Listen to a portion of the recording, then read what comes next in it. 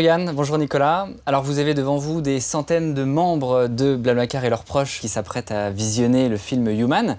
Yann, justement, est-ce que vous pouvez nous rappeler la genèse du projet Human? D'où vous est venue l'idée de ce film? Oh, Human, c'est un peu tout ce que je fais depuis très longtemps. Moi, j'ai 70 ans aujourd'hui. Ça fait 40 ans que je m'intéresse à l'impact de l'homme sur la Terre. Ça fait très longtemps que je fais de la photographie aérienne. Et dans les années 80, je suis tombé en panne d'hélicoptère dans un petit village en Afrique. Et je suis tombé chez des gens qui m'ont raconté leur vie, qui m'ont tout dit, qui m'ont accueilli d'une façon incroyable. Et cette personne qui travaillait avec sa femme, ses enfants, qui travaille la terre à la main, sans animaux, dont la seule ambition était de nourrir sa famille. Et voilà, moi, de nourrir mes enfants, ça n'a jamais été un problème. Parce que je vis dans le 6e pays le plus riche du monde. Et d'avoir parlé avec lui pendant ces 3 jours, d'avoir échangé, d'avoir parlé à ses enfants, d'avoir... En fait, on s'est regardé dans les yeux, quoi, face à face. Et il me racontait sa vie.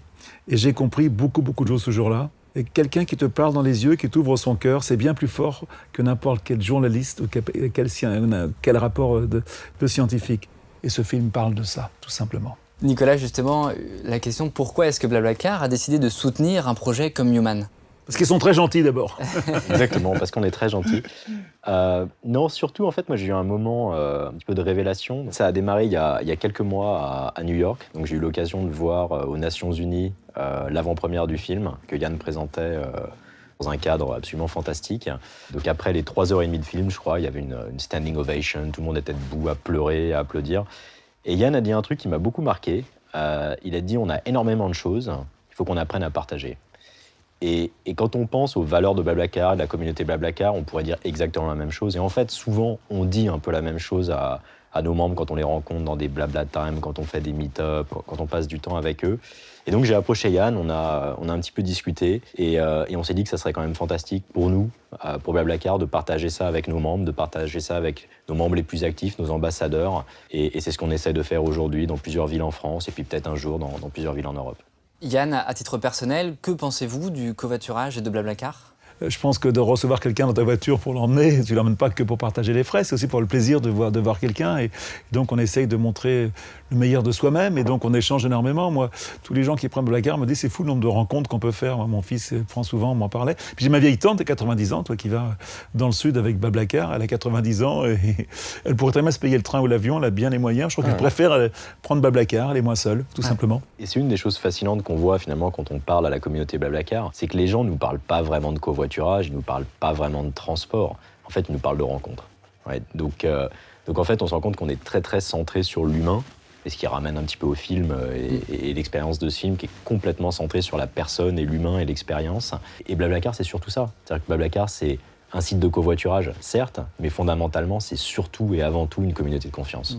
Et vous, Nicolas, qui avez déjà visionné Human, qu'avez-vous retenu de ce film? Moi, je me souviens beaucoup de la première scène, qui est marquante et qui fait rentrer dans le film assez brutalement. C'est vrai que le début du film est important parce que, en fin de compte, qu'est-ce que c'est que ce film? Qu'est-ce que c'est que d'être un être humain? Et d'un être humain, il n'y a pas d'un côté les gentils, de l'autre côté les méchants. On a tous en nous ces deux choses-là. Et quand vous regarderez ce film, vous comprendrez que tous ces gens qui parlent, c'est vous qui parlez, c'est personne d'autre. Ce film, c'est un miroir de l'humanité. Il ne faut pas en avoir peur. Merci Yann, merci Nicolas pour ce débat que nous allons poursuivre justement après la projection de ce film. Maintenant, je vous laisse le mot de la fin. Est-ce que vous avez un mot à adresser aux membres de Blablacar?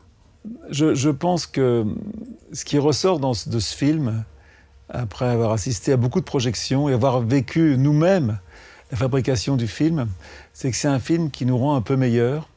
Et simplement qu'on regarde le monde avec un peu moins de scepticisme, un peu moins de cynisme autour de soi, et que tout simplement, on aime un peu plus les gens autour de soi. Et la bienveillance et la gentillesse, c'est des choses importantes dans le monde d'aujourd'hui. Il y a 5-6 ans, quand on a lancé le projet Blablacar, ou même encore avant ça, personne ne croyait en Blablacar, personne ne croyait que les gens allaient pouvoir partager à une telle échelle. Et tout ça, en réalité, c'est possible grâce à vous, grâce aux membres Blablacar. Et ici, on a des membres qui nous suivent depuis des années. Donc merci de rendre tout ça possible.